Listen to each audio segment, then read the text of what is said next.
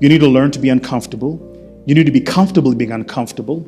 And you need to be in a space where you allow yourself to be challenged, but more importantly, in a space where you are willing to be uncomfortable and grow. And then she said, most people fail in that process because most people live in the fixed mindset. The fixed mindset is, this is who I am. This is what I know. This is what I'm capable of. This is what I'm good at. And this is where I'm going to stay. The growth mindset says the following. It says, this is where I am now. This is what I'm good at now.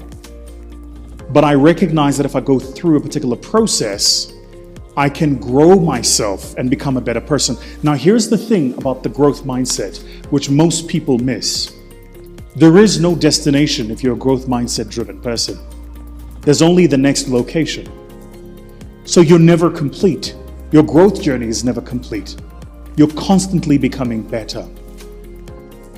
Crazy idea. So think about it this way, right? Let's imagine that you are like a finance professional and you work in banking or you work in auditing or something like this. The idea that you are never going to reach the pinnacle of your capability, that you're constantly going to be pursuing a better you, that at every single summit of excellence is presented to you a new summit, a new challenge for you to climb.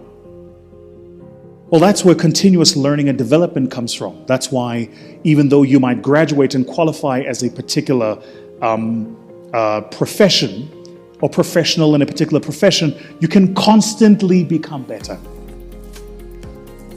Growth mindset. I think I've got a growth mindset. You know, I'm fairly well traveled.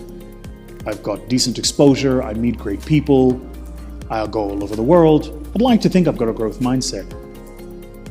Here's the thing though about having a growth mindset is you can have a growth mindset in an environment of scarcity. And the limitation of your mindset is still the environment that you're in. Because you're in an environment of scarcity. So your approximation of what's possible is based on the environment that you see around you. So, you guys know I've been traveling recently and I've been on tour and I was out in the US. And on one of the weeks I'm in the US, I got to spend some time while in Miami speaking alongside Michael Phelps. You guys know Michael Phelps, 23-time gold medalist, the most decorated Olympic athlete of all time. Great guy, by the way. Just what a gent, what a scholar. And then I got to speak alongside Tia-Clair Toomey, who, without question, is the most dominant athlete in the history of the CrossFit Games.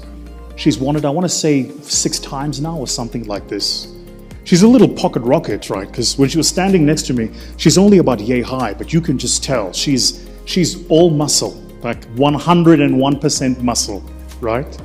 Great athlete, phenomenal human being. Then I got to spend some time meeting a couple of people who are in my industry and in my craft, and traveled out to Los Angeles, met with my manager and the team out there.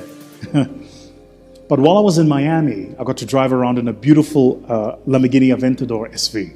Credit to the people at MPH, by the way. Lee and the team at MPH Club, thank you so much for making that happen. And to my brother at VIP Uber, thank you, man. I really appreciate you. So anyway, so I got to do this, and Uklini, who lives out in Miami, made the whole thing happen. Then made my way out to Los Angeles and met with friends who I've done work with. Some of them you've watched me on their platforms here on YouTube being interviewed, and watched how they live and watched how much abundance they have. And then began to ask of myself, are they smarter than me? The answer was no. Are they more talented? No. Are they harder working? No. So what is it then that puts them in the position where they are 10 times more effective, they reach 10 times more people, they move 10 times faster than I do, and probably have 10 times the wealth? And I realized that the answer to that question is location. it's where they are. So once you realize that, that's a game changer conversation. Because you recognize that you can have, as I like to think I do, a growth mindset. But if you're operating in an environment of scarcity, then the mindset is limited by what it sees. In some